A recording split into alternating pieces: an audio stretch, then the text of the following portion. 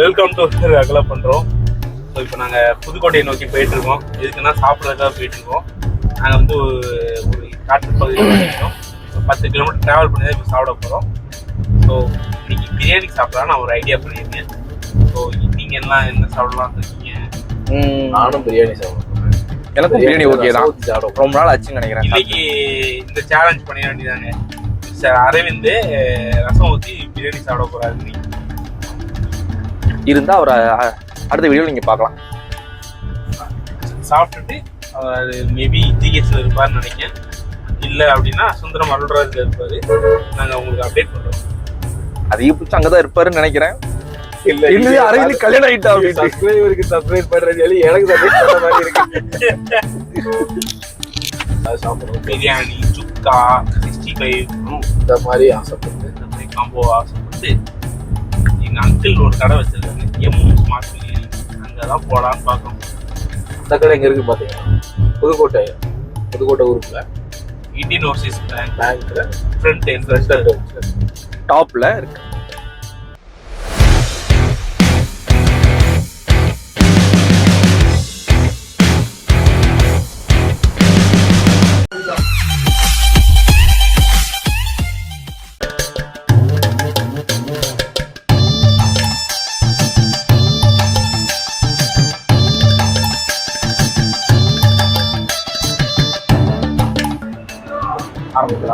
ஆரம்பிக்கலாம்.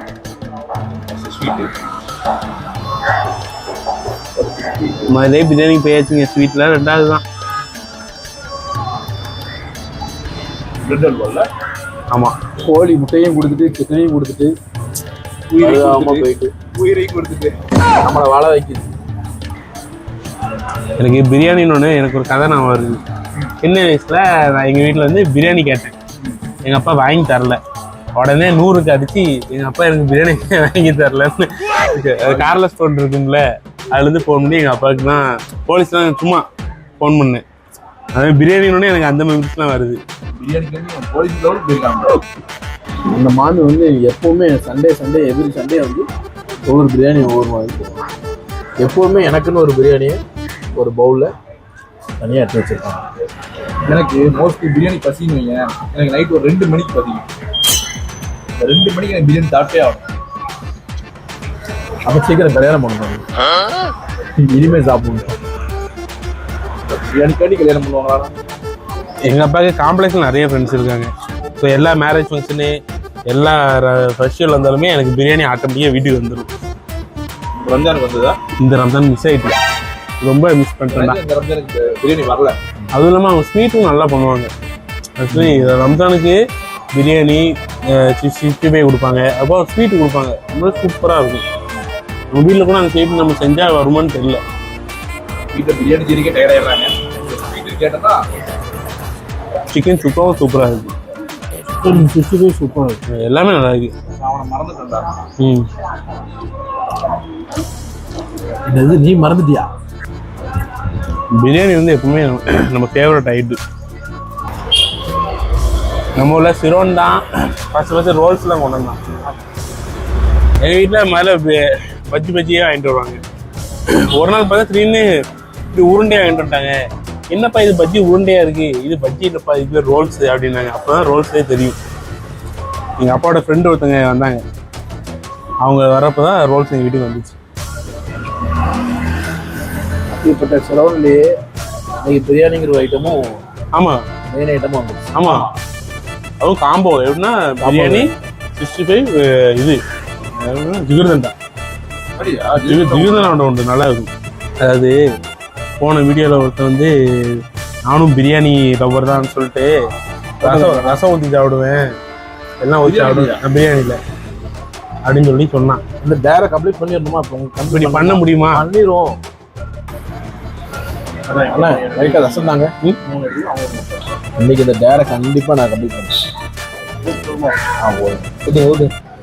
போதும் அப்டேட் பண்ணுறோம். நாளைக்கு ஒரு இருந்தால் நாங்கள் அப்டேட் பண்ணுறோம். ரசம் வந்து காமனாக எல்லாத்துக்கும் செரிமானத்துக்கு ரசம் தான். அது கறி குழம்புக்கு இருக்கலாம். ஆனால் பிரியாணி ரசம் சிக்கன் சுக்கா, சிக்கன் 65 வச்சு சாப்பிட்டு பார்ப்போம். இது ஒரு டேஸ்ட். நான் இவன் மறந்தே போயிட்டேன், இவனையும் மறந்துட்டேன். நான் இந்த காம்போல ஒருத்தர் சாப்பிட்ருக்கான். இவன் என்ன ஆரம் நான் நாளைக்கு பார்த்து சொல்கிறேன். இந்த யூடியூப் சேனல் ஆரம்பிக்கும் நாங்கள் எங்கள் பிளானே 15 நாள் கண்டென்ட் இருக்கும். அந்த 15 நாள் ரிலீஸ் பண்ணுறோம். முதல் நாள் கண்டென்ட்டுக்கு மட்டும்தான் தலைவர் வந்தான். அதுக்கப்புறம் இன்னைக்கு தான் வரான். அதுக்கு சின்ன வயசுல எங்கே கிடைக்கும், எப்போ கிடைக்கும் எதிர்பார்த்த விஷயங்கள்லாம் இப்போ நினச்ச உடனே கிடைக்குது. சாப்பாடு மட்டும்தான் நினைச்ச உடனே கிடைக்குது. வாழ்க்கையில தான் அப்படி கிடையாது.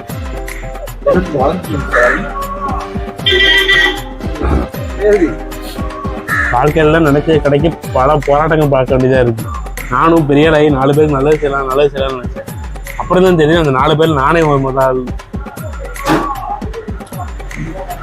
4 பேர் உதவுற மாதிரி தான் இருக்கு. ஒரேயா சாப்பிட்டாச்சு. அந்த ஸ்மெல் இன்னும் கையில இருந்துட்டே இருக்கு பாரு. கடைசியா என்னோட டேரிங் கம்ப்ளீட் பண்ணோம். ஊற்றி சாப்பிட்டான். நாளைக்கு இப்போ வரைக்கும் நல்லா தான் இருக்கான். இல்ல இப்போ வரைக்கும் நல்லா தான் இருக்கான். எதுவும் ஆகாதுங்க, ஒவ்வொருத்தங்களுக்கும் ஒவ்வொரு டேஸ்ட். எனக்கு வந்து இதே என் ஃப்ரெண்டு இன்னொருதான் இருக்கான். அவனெல்லாம் பார்த்தீங்கன்னா வெறும் தயிர் வெங்காயத்தை வச்சு வெறும் சால்னாவையும் தயிர் வெங்காயம் மட்டும் சாப்பிட்டு இருப்பான் ஃபினிஷிங்ல. பால் ரத்னம் அவன் ஒரு வித்தியாசமான கேரக்டர். இதே மாதிரி எனக்கு ஒரு கேரக்டர் தெரியும். அது சாம்பாருக்கு இன்னொரு கேரக்டர் இருக்காங்க, பாயசம் வச்சு சாப்பிடுவோம். தெரியலங்க, ஒரே வைப்ரேஷனா இருக்கு. மியான்மரோட தாக்கம் இங்க இருக்கான். இவன் சாப்பிட்ட பிரியாணியோட தாக்கம் தான் இவன் வயிறு அப்படி குலுங்குது. ஆச்சுதுன்னு நினைக்கிறேன்.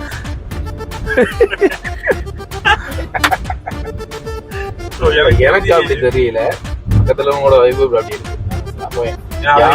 நாங்க போயிட்டு இருக்கோம். யாருக்கு அப்படி இருக்குன்னு பாத்துக்கோங்க. சீட் பெல்ட் போட வச்சிருக்கான். ஏய் பெல்ட்டை போடுறா. ஏய் அது வீட்டுல இருக்கா. ஏய் கார் சீட் பெல்ட்டை போடுறா. செட்டா